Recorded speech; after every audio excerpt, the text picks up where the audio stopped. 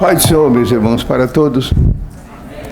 Graças a Deus que a família CPAD está reunida para celebrar, comemorar mais um Natal de Jesus. Hoje, a popularização e o secularismo multiplica-se de uma maneira tão incrível, até no cristianismo, que quase não se diz mais Natal de Jesus, é só Natal, Natal, Natal. Mas nós estamos aqui para celebrar o Natal de Jesus. Um privilégio, graças a Deus. E o assunto que eu vou abordar é sobre a sabedoria dos magos no Natal de Jesus. A sabedoria divina, daquele grupo de estudiosos, de eruditos, que veio para adorar ao menino que havia nascido, o Messias. E a passagem que eu vou ler é Mateus, capítulo 1, os versículos de 2 a 12, que diz assim: Tendo nascido Jesus em Belém da Judeia. Os irmãos estão vendo como é que a Bíblia é fiel? Imagine se a Bíblia não dissesse Belém da Judeia. Havia mais de uma Belém naquele tempo. Então veja como a palavra de Deus é infalível. Em Belém da Judeia, no tempo do rei Herodes, eis que uns magos vieram do Oriente a Jerusalém. Eu não vou falar sobre os magos, não dá tempo.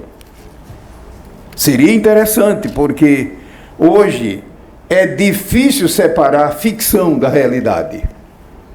É tanto enxerto colocado neste assunto que muita gente prefere nem ouvir. Mas, meu irmão, isso é exagero. Os magos que se refere aqui eram homens de Deus e não eram de Babilônia. Bom, voltando.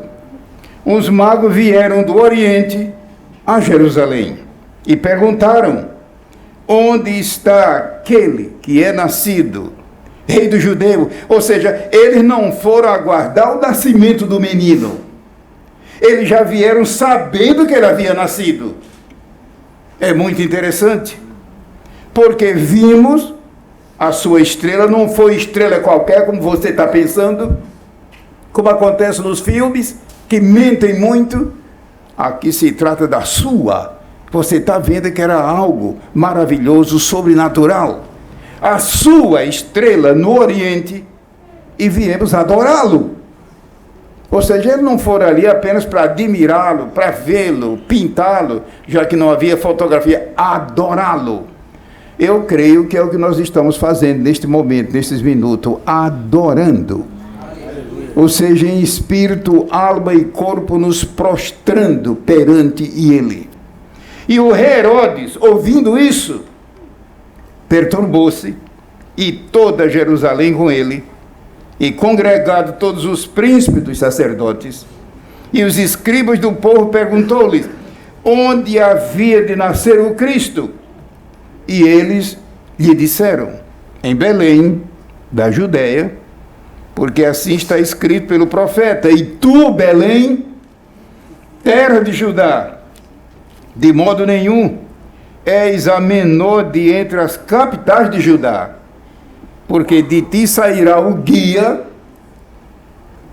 que há de apacentar o meu povo de Israel. Então Herodes, chamando secretamente os magos, inquiriu exatamente deles acerca do tempo em que a estrela lhes aparecera, e enviando-os a Belém, disse: ide e perguntai diligentemente pelo menino, e quando o achardes, participai-mo, para que também eu vá e o adore. Mentira, ele não ia adorar coisa nenhuma. Herodes era idumeu.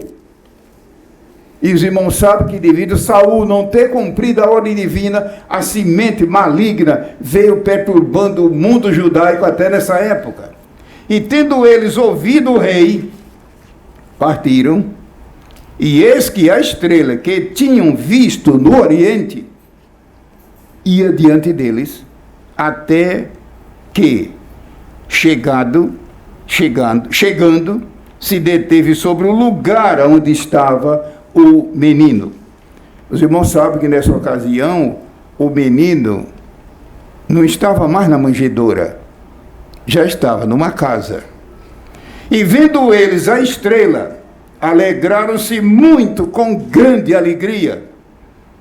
E entrando na casa, acharam o menino com Maria, sua mãe, e prostrando-se, o adoraram, e abrindo os seus tesouros, lhe ofertaram dádivas, ouro, incenso e mirra. E sendo por divina revelação avisados em sonhos para que não voltassem para junto de Herodes, partiram para a sua terra por outro caminho. E de fato, quem adora Jesus e se encontra com ele nunca volta pelo mesmo caminho. Eu suponho que isso já aconteceu com você. Então eu gostaria de, nesses 10 minutos, perguntei para o irmão Ronaldo, 10 minutos, porque há muita coisa ainda. Ele disse que podia tomar mais alguns minutos, mas fique tranquilo que eu não vou passar de 15 minutos, não. Eu gostaria de falar rapidamente sobre a sabedoria divina dos magos que vieram adorar o menino Jesus. E que essa sabedoria divina encha, transborde a nossa vida, em todos os aspectos, nosso espírito e alma e corpo. Em primeiro lugar, onde estava a sabedoria desses magos? A pergunta deles foi uma pergunta sábia. Veja a pergunta: aonde está aquele que é nascido rei dos judeus? Uma pergunta sábia. Quais as grandes indagações da sua vida? Não vá me dizer que você não tem. Imagine se fosse um sermão mesmo, de 40 minutos, e eu tivesse tempo aqui para conversar com o povo através do microfone e indagar, de modo que houvesse um prolongamento do assunto, mas o tempo não dá. Qual de nós aqui não temos indagações? Perguntas, às vezes perguntas comuns, mas às vezes perguntas que ninguém sabe, só você. Estou falando inclusive para os casais, marido e mulher. Há perguntas que nenhum nem outro, só Deus sabe. Quais são as nossas perguntas? Serão perguntas sábias? Diz aqui que eles perguntaram aonde é que nasceu. Eles não vieram, eles tinham tanta convicção que estavam dentro do plano divino, que eles não vieram para assistir o menino nascer. Eles já vieram convictos de que o menino havia nascido. Imaginar, irmão, a alegria desses homens. Vi lá do Extremo Oriente. Os irmãos interessados do assunto, eu posso citar fontes para você estudar fora da Bíblia. Fontes que eu digo confiáveis. É claro que não é em língua portuguesa, mas é fascinante a história. Uma pergunta sábia. Pensemos neste Natal. Quais são as suas e as minhas indagações? Na escola, na vida, no trabalho, no futuro, etc., aquilo outro. A história dos magos nos faz pensar em perguntas sábias. Quais são as grandes indagações da nossa vida neste momento? Então, concluindo este ponto, o Senhor Jesus Cristo é a principal das minhas indagações o tempo todo. Deus espera que as suas indagações e perguntas o tempo todo gire primeiramente em torno de nosso Senhor Jesus Cristo. E este Natal é uma época apropriada para a gente pensar nisso. Uma segunda evidência da sabedoria dos magos. A busca dos magos foi sábia. Eles perguntaram aonde é nascido o rei dos judeus. Ou seja, uma busca sábia. Será que eu e você temos durante esta vida em que já conhecemos a Cristo através da Bíblia, através da igreja, através da mensagem, através da conversão, a nossa busca tem sido correta? Ou quem sabe se aconteceu alguém buscar e depois está vendo, deu em nada, não adiantou nada, e a pessoa fica frustrada. os magos nos ensinam que é preciso sabedoria na busca das coisas. Este Natal é uma época apropriada para imitar os magos. Eles foram sábios, não foi somente no sentido de pergunta, de indagação, mas no sentido de busca. Então, aplicando, eu pergunto, a quem é que eu e você procuramos neste Natal, neste ano que findou, no ano que se avizinha? O que é que nós buscamos? Continuamente, que esta busca, em primeiro lugar, seja a face de nosso Senhor Jesus Cristo. Que Ele tenha a prioridade sempre 24 horas por dia.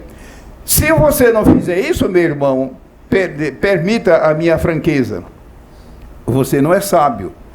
Você está em trevas e quem anda em trevas não sabe para onde vai. Uma terceira evidência da sabedoria dos magos: a visão espiritual que eles tiveram. Eu não vou ler o texto, porque o tempo desaparece, mas se alguém ficou atento, notou que o texto que eu li diz: nós vimos a sua estrela no Oriente. A sabedoria deles estava também na visão, espiritualmente. Qual é a visão espiritual em nossa alma e nosso espírito que nós temos? A partir da salvação, a partir de nosso Senhor Jesus Cristo, a partir do nosso Criador, diante dessa complexidade de crença com que o mundo hoje se debate. Então, a visão deles foi uma visão sábia. Nós vimos a sua estrela no Oriente. Que neste Natal e no ano que se avizinha, nós sejamos cheios da visão espiritual. Aquilo que o apóstolo Paulo disse a Agripa: não fui desobediente, ó rei, à visão celestial. Mas como é que você vai ter visão se você não tem essa visão constantemente? Os magos nos ensinam que o Cristo do Natal, que eles estavam em busca e nós estamos celebrando, Ele pode multiplicar e nos conceder essa visão renovada e ampliada. Uma quarta evidência da sabedoria, a sabedoria dos magos no Natal de Jesus. O motivo dos magos, o motivo naquele momento, eles disseram: nós viemos para adorá-lo. Viemos para adorá-lo. Ou seja, qual o motivo desta reunião esta noite? Qual o motivo de nós estarmos dedicando a fazer o que estamos fazendo para Deus? O que é que nos impele? Qual é o nosso motivo? Eu não estou me referindo só em assunto da igreja, mas em assunto da vida normal, como você e eu temos. Qual é o motivo que impele tudo para frente? Os magos nos ensinam. Eles disseram: viemos adorá-lo. Viemos adorá-lo. Não foi apenas admirá-lo, não foi apenas vê-lo, não foi apenas para descrevê-lo. Viemos adorá-lo, ou seja, nos curvar diante dele e nos render a nos consagrar espírito, alma e corpo. Que no Natal, neste Natal de 2013, este pensamento, esta ideia fique pairando em nosso espírito e alma, para tomar conta de todo este ano que se avizinha. Visão, e não apenas visão, mas motivo. Viemos para adorá-lo. Ou seja, o que é que nós viemos fazer neste culto? É uma pergunta pastoral. Eu sou pastor, tenho essa liberdade. Será que nós viemos, eu digo este culto, porque nós estamos aqui, nesta quarta-feira, nesta quinta... Sexta-feira, é que o culto é sempre na quarta. Mas eu estou me referindo a sempre, sempre, sempre. Quando estamos no templo ou fora do templo, mas com atitude, a determinação de adorá-lo. De adorá-lo, de adorá-lo, de adorá-lo. Eu creio que nós todos estamos aqui com este propósito, com esta atitude. E Deus responde ao coração ansioso. Glória seja ao seu santo nome. Uma quinta evidência da sabedoria dos magos, que vieram adorar o menino Jesus. Lembremos que eles não vieram só para vê-lo, não apenas por causa da visão que tiveram, da estrela, enfim, mas vieram com o propósito de adorá-lo. Uma quinta evidência, a evidência do achado dos magos. O texto diz: e entrando na casa, acharam o menino. Mas veja que primeiro eles entraram. Por que é que muita gente não acha Jesus? Não entra. não entra em oração, não entra em meditação, não entra em pensamento. A Bíblia diz que eles primeiro entraram na casa e acharam o maior achado que se pode pensar em nossa vida. Certamente aqui esta noite, esta tarde, deve ter muitos homens e mulheres, rapazes e moças, homens e mulheres, obreiros ou não, que têm achado coisa de grande valor na vida. Formatura, e lá se vai, e benefícios. Mas, meu irmão, nenhum achado se compara a achar nosso Senhor Jesus Cristo. Você já o achou, no sentido que eu estou dizendo, de encontrá-lo, reconhecê-lo, aceitá-lo, segui-lo e servi-lo. Entrando na casa, acharam o menino. Ou seja, não basta entrar, é preciso achar, é preciso procurar. Então Jesus é real, ele quer ser achado. Você já viu que Deus faz a parte dele, mas nós temos que fazer a nossa. Qual foi a parte dele? Durante milênios, a promessa foi feita que a semente da mulher, tudo bem aquilo outro, e lá se foram milênios, até que um dia, fora dos muros da pequena cidade de Belém, a cidade onde os magos foram, ouviu-se aquele brado maravilhoso de que havia nascido o Salvador. Mas agora o lado humano. Um país como o Brasil, com tantos milhões de habitantes, quantos são salvos? Quantos são salvos? Quantos são salvos? Porque depende do lado humano. A salvação não é uma coisa obrigatória, a salvação é uma dádiva que precisa ser aceita. Eles entrando acharam. Se ainda alguém aqui esta tarde não achou o Salvador, a culpa não é dele. A culpa é sua. Pensemos nisso nesse Natal. Uma época apropriada para quem ainda não achou Jesus, ache-o pela fé e o aceite como Salvador. Glória seja ao seu santo nome. Uma sexta evidência da sabedoria dos magos, sabedoria que eu digo do alto, quando vieram adorar Jesus. As dádivas que os magos deram, a Bíblia diz, lhe ofereceram dádivas, presente, lhe ofereceram dádivas. E veja então a sabedoria deles. Ou seja, neste Natal de 2013, eu não estou dizendo somente nessa horinha que estamos aqui na CPED, mas nessa quadra do Natal, enfim, o que é que nós vamos dar ao Salvador? O que é que nós vamos lhe ofertar? É muito difícil dar um presente a quem tem tudo. É impossível. Se de repente você fosse encarregado de levar um presente para a Rainha Elizabeth, o que é que você levaria? Se de repente você tivesse a comissão de levar um presente para a Dona Dilma, ela tem tudo, elas têm tudo, eles têm tudo. Imagine Deus que tem tudo. Deus está sempre pronto a dar, mas Ele também quer receber o nosso louvor, a nossa adoração, a nossa entrega total e a consagração da nossa vida, nosso inteiro ser colocado à disposição dele. Que há pessoas que só dão uma parte, e Deus só se apodera da parte que você entrega. Deus, ele não é absoluto. Então está escrito que eles ofertaram dádivas. Então, neste Natal, Deus nos dê graça para nós oferecermos a Deus o melhor. Não 30%, não 40%, 100%. Ele deu tudo. Jesus deu tudo. Tudo. Inclusive, fez-se homem. É claro que não é homem como você e eu. Ele era um homem sem pecado. Uma coisa que é difícil entrar na sua mente, a menos que você ore e leia a Bíblia. Nós todos pecamos e temos pecado. Jesus nunca pecou. Então existe por aí, inclusive agora, entre os filósofos cristãos, uma dúvida. Será que Jesus estaria sujeito a pecar? Não pense numa tolice dessa. Ele foi tentado em tudo, menos quanto ao pecado. Jesus era e é Deus para sempre e eternamente. Que daremos a Cristo hoje, neste Natal? Vamos dar o nosso melhor. Ele deu-se inteiramente por nós. E uma sétima evidência da sabedoria dos magos.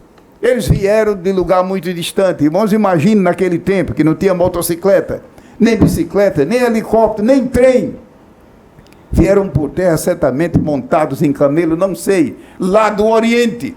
Do Oriente. Eu gostaria de falar alguma coisa sobre os magos de Fonte Segura, mas não vamos entrar nessa área. Se for interesse da congregação, quem sabe. Mas é muito longe de onde eles vieram, da antiga Pérsia, mais ou menos aonde hoje fica o Irã, lá no fim do mundo. Alguém dirá, mas como é que se explica isso? Meu irmão, apesar de eu não entrar no assunto, mas se você estiver interessado, lê Romanos 1 depois em casa. Romanos 1, o capítulo todo. Romanos 1. E acabou o segredo. O que é que Romanos 1, a revelação que Deus deu a Paulo? Deus mostrou para Paulo que a primeira religião da terra era monoteísta. Que maravilha! Era monoteísta, era só Deus. É tanto que a Bíblia diz, desviaram-se todos. Nós costumamos pensar que hoje, desviado, é a pessoa, ou desviada, é a pessoa que se abandona os tempos. Meu irmão, toda pessoa não salva. Coitadinho, é um desviado. Desviaram-se todos. Ora, isso mostra que a primeira religião do mundo era monoteísta. E lá em Romanos 1 explica que Deus se revelou. Tudo aquilo que o homem precisa conhecer de Deus, Deus revelou. Mas tudo isso foi jogado por terra. Mas o amor e a misericórdia de Deus se multiplicou. E Jesus veio. Veio e morreu em nosso lugar. Morreu em nosso lugar. E hoje a porta da salvação está aberta. Ele dizendo, eu sou a porta. Quem entrar por mim, salvar-se-á. Glória seja ao seu santo nome. Uma certa evidência da sabedoria dos magos que vieram adorar Jesus lá em Belém. A decisão deles. E veja, a Bíblia diz que a decisão deles foi, partiram para a sua terra por outro caminho. Essa foi uma decisão extraordinária. Partiram para a sua terra por outro caminho. Como eu disse no princípio, como aplicar isso na nossa vida cristã prática? Toda pessoa que tem um encontro real com Jesus Cristo e recebe a salvação, muda o caminho. Muda o caminho. Não regressa mais pelo caminho anterior, muda de vida. Eu creio que aconteceu isso já com você. Se é verdade, louvemos a Deus neste Natal. Porque ainda há milhões e milhões e milhões, dependendo de quem ore, de quem pregue, de quem leve a palavra, partiram para a sua terra por outro caminho. Concluindo, que nós vamos concluir agora, eu gostaria de, nessa conclusão, perguntar o seguinte: quem é sábio aos olhos de Deus? O mundo não se gaba tanto hoje. Uma cidade como Rio de Janeiro, Niterói, São Paulo, não sei quantas centenas de escolas não tem, faculdades e ginásios e tudo. Então, cultura e saber humano não falta. Mas quem é sábio, segundo a sabedoria daqueles homens que vieram de tão longe para adorar o menino Jesus? E veja para quê? Eles vieram dizendo, onde é que está aquele que é nascido o rei dos judeus? Vamos então oferecer de nós mesmos a Deus tudo que pudermos neste Natal. Então pensemos num momento como esse, tão sagrado, com música, oração, palavra de Deus, comunhão, enfim. Em que consiste hoje a celebração, não vou dizer celebração, comemoração do Natal? Vamos dizer, no mundo secular, e até no meio de certos crentes. Cartões de Natal? Eu não estou criticando. Mas o Natal, para você e para mim, é só mandar cartões? Presentes de Natal? Não estou criticando, ao contrário, aqui tem uma porção de presentes, etc. Mas Natal, para um crente real, é apenas presente? E você já viu, quando se aproxima o Natal, a correria nas lojas? Eu não estou criticando, me entenda. Mas Natal da Bíblia é muito mais do que isso. Natal é só presépio? Presépios. Nas ruas, nas praças, nos templos. É muito interessante. Natal é só enfeite, aqui está o salão, o templo enfeitado, como os irmãos estão vendo. Você está vendo as ruas e praças e templos. Tudo bem, eu não estou criticando, Deus me guarde. Mas Natal para você é só isso? É claro, pela misericórdia de Deus, a gente viaja em lugares do mundo e há lugares que a gente fica parado, olhando a cidade tão engalanada e bonita. E eu fico pensando, Natal é apenas isso? É claro que é muito mais do que a gente pensa. Natal é apenas filmes? Existem filmes hoje para todo lado que se pensa, mas assistir o filme e olhar, o Natal é só aquilo ali? Natal é apenas a ceia de Natal? Quem sabe se não tem gente por aí já lambendo os beijos da ceia que vem por aí e etc. Ótimo, não estou criticando. Não estou criticando. Se eu puder, eu participo também. Mas Natal bíblico é apenas Natal com a ceia? Não, tem mais do que isso. Os magos disseram, nós viemos para adorá-lo. O verbo adorar, tanto na língua hebraica como na língua grega, não tem explicação em língua portuguesa, a menos que alguém exponha. Não é somente a pessoa cultuar, é prostrar-se a partir do espírito e da alma, e por fim o corpo. Prostrar-se, trazendo uma oferenda. Enfim, é algo maravilhoso. É o que nós estamos ansiando em espírito neste Natal, sobre nós, nossas casas, nossas famílias, nossos filhos, nossas igrejas e nossa pátria. Então, Natal, por último, são apenas cânticos. A igreja aqui, nós cantamos, o grupo cantou, ótimo, ótimo, Deus me guarde, não estou criticando, mas Natal é só cânticos, e você pode ver que, independente da igreja, as emissoras, etc., a gente passa nas ruas, é cântico, ótimo, magnífico, mas Natal é muito mais do que isso. Natal é fazer como os magos fizeram, adorar o menino Jesus, voltar por outro caminho. Eu estou aplicando no sentido espiritual. Então, irmãos queridos, que neste Natal tudo seja renovado em nossa vida. Uma nova esperança, uma fé fortalecida, uma consagração maior, uma dedicação maior a Cristo. Ele é digno de tudo, Ele é digno. Ele é aquele que deu sua vida por nós e está por toda parte, apelando, para que venham depressa enquanto é tempo. Eu agradeço a Deus pela oportunidade e pela atenção. Eu vou pedir para o irmão Alexandre retomar aqui o microfone, mas grave, leia direitinho, Mateus capítulo 2, os versículos de 1 a 12 que eu li, a sabedoria. Sabedoria que eu digo do alto, porque eles já eram sábios, no sentido terreno. Mas veja, a sabedoria deles se manifesta nos atos, que em nossa vida seja uma realidade, para a honra e glória do nome do Senhor e para a nossa felicidade espiritual. Amém. Amém.